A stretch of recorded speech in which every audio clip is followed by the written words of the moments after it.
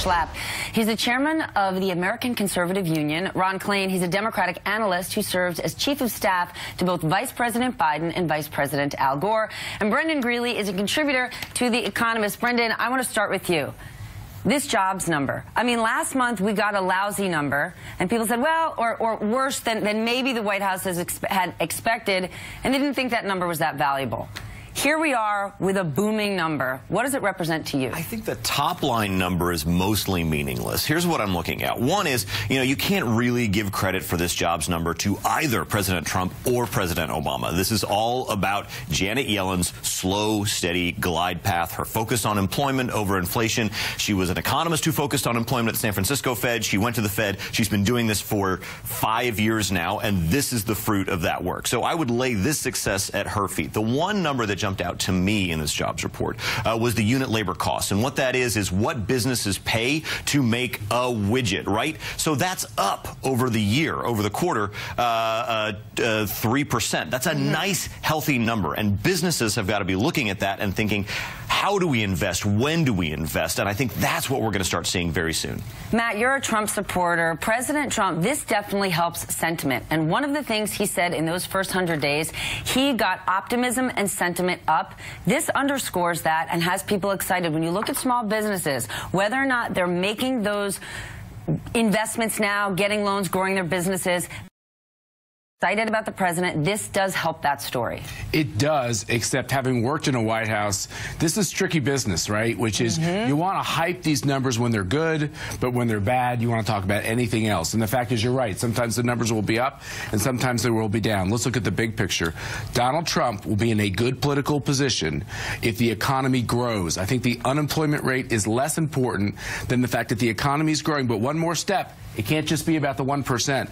Everyday average Americans have got to start feeling like they bring more home and they have greater economic prospects. This is such an important point because we're basically at full employment. The jobs numbers, employment numbers have been improving for almost 80 straight quarters. Yeah. But if you look at wages, we are still so sluggish. And it is that bottom tier, people who need to have multiple jobs, who can't make ends meet. When are we going to start to see that shift in wage growth? Yeah. And I think that's one of two things that we're looking at, trends over the next year. Either we're going to see wage growth. Business owners are going to say, all right, we'll pay you more and we're going to give you more of the percentage of our profits. Or they're going to start investing to make every new worker more productive. And one of the biggest numbers that we've seen in the last month is the one we got last week from the Bureau of Economic Analysis. This was business investment, and it was tick up. So let's look at that again in the next quarter and see if we get another tick up, and then we'll know where the story is headed. I want to bring in Mike Viqueira. I want to talk about, of course, the Republican health care plan. Cleared that critical hurdle in the House, but the Senate, it's certainly not going to be any easier. It's going to be a lot harder. We could see dramatic changes to this bill before all is said and done. Mike Viqueira is on Capitol Hill. Mike, I want to play a bit of what Republican senators have said about the bill that just passed, because now it's in their lap. You like the House bill? I haven't paid that much attention. Now we'll go to work on a Senate bill. It's a work in progress. More work to do. Well, the Senate will write its own bill. Is there any chance for an up or down vote in the Senate? No. Zero. Bob Corger's basically saying, thanks, dude. You just gave me the hot potato. Mike Viqueira, what are we going to learn next here? Well, look, that's a story as old as the Republic itself, as old as this building I'm standing in here. The House, the Senate rivalry, one body is acting completely independent of the other.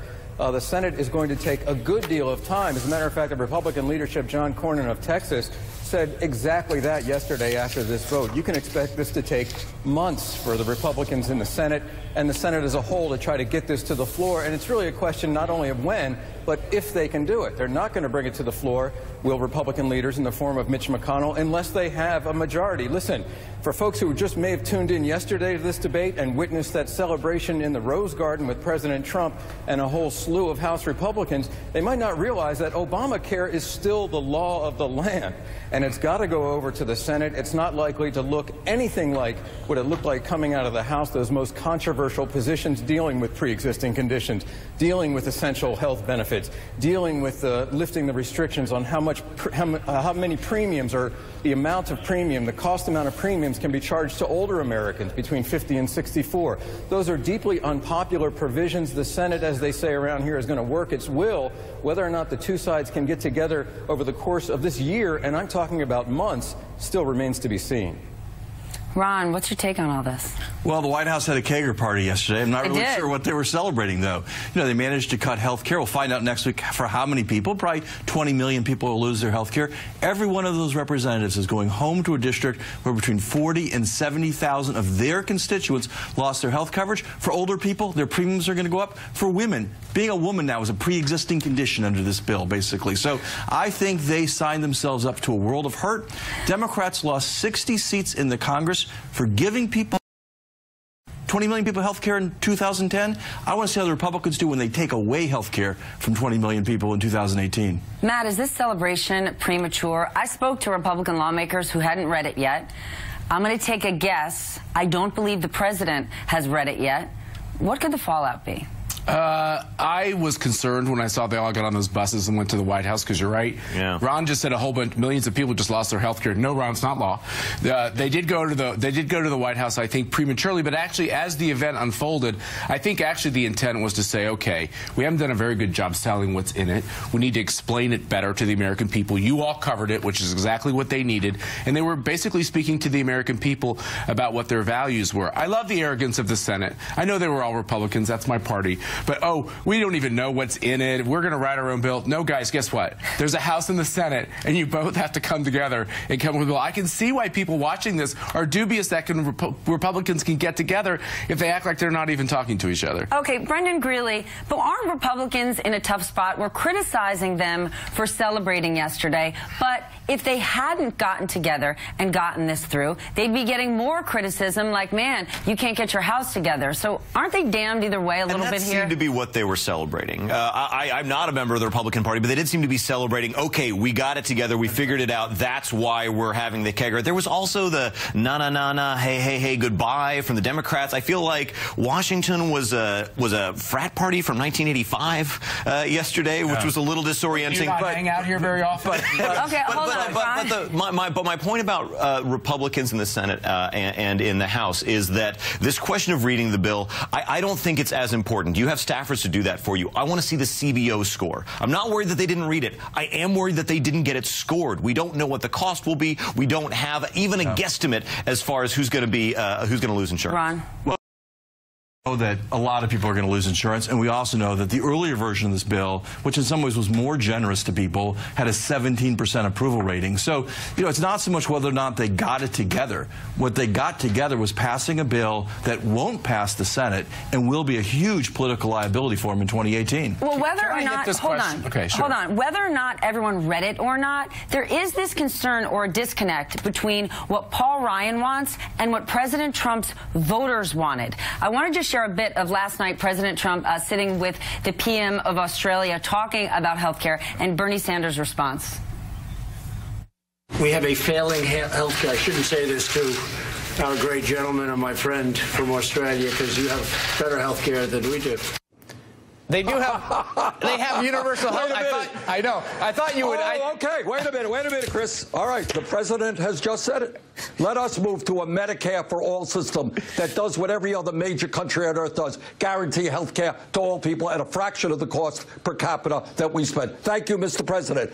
We'll quote you on the floor of the Senate. Being a sassy pants there, but in all sincerity, they have a better health care system than we do. They have universal health care. So, President Trump, do you know what you just signed? Do you know what we just approved? I agree. President Trump way too often is way too polite to world leaders, and this is another case where he really should have been tougher. You know what, President Trump? You're too polite. But let's go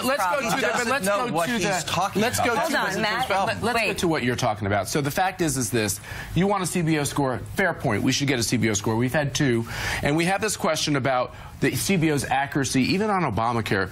People like me lost their insurance under Obamacare. A lot of people lost their insurance, and they had to get a policy that was twice as expensive. Why? For all kinds of reasons. Two very important ones. I had to get a bunch of services I didn't want or need. Number two, let's face it, I was paying for a bunch of people, right, who didn't have health insurance before. It's a very simple thing.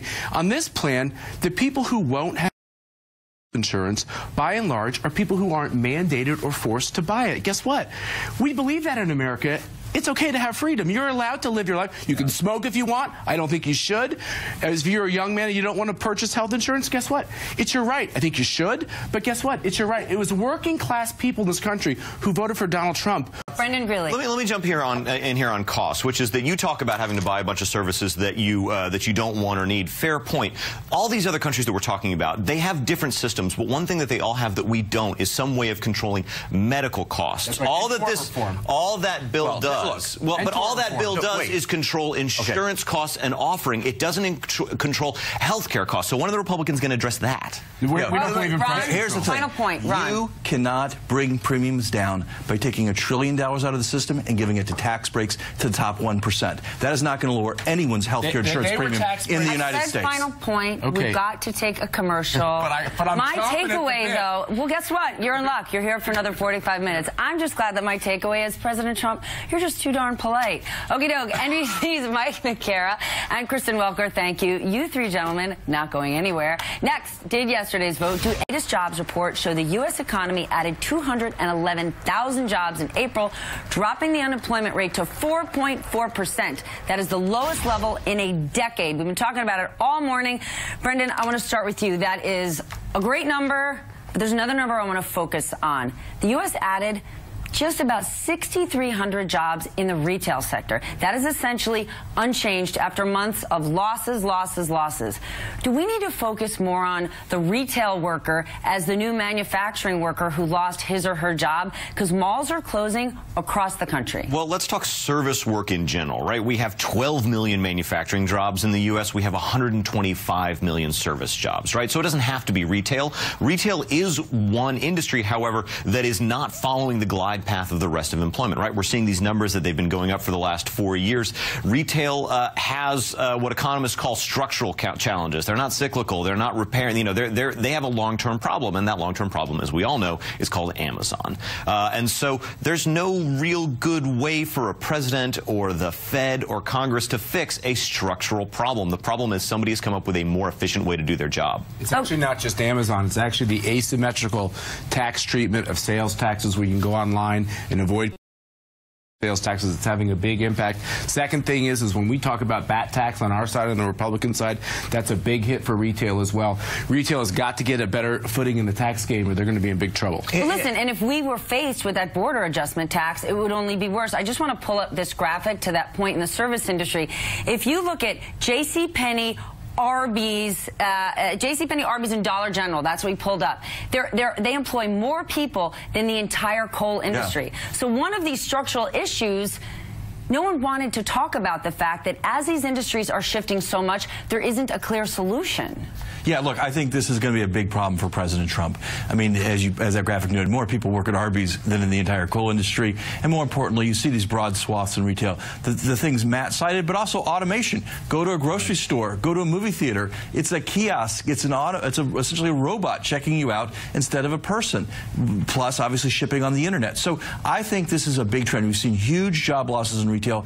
And politically, for a second, you know, these are largely Trump voters. A lot of them are people who are dissatisfied with the economy, frankly dissatisfied with the jobs they have. They voted for President Trump. They're going to be even more dissatisfied when they lose those jobs. And this could end up being a real problem for the president because he did say over and over, I'm going to solve this for you. And in the short term, it is an unsolvable problem, Brendan. But I don't think we're going to kill the in-person experience. One thing to remember is that this happened to books, right? Amazon hit books first. And what we saw was that Borders disappeared.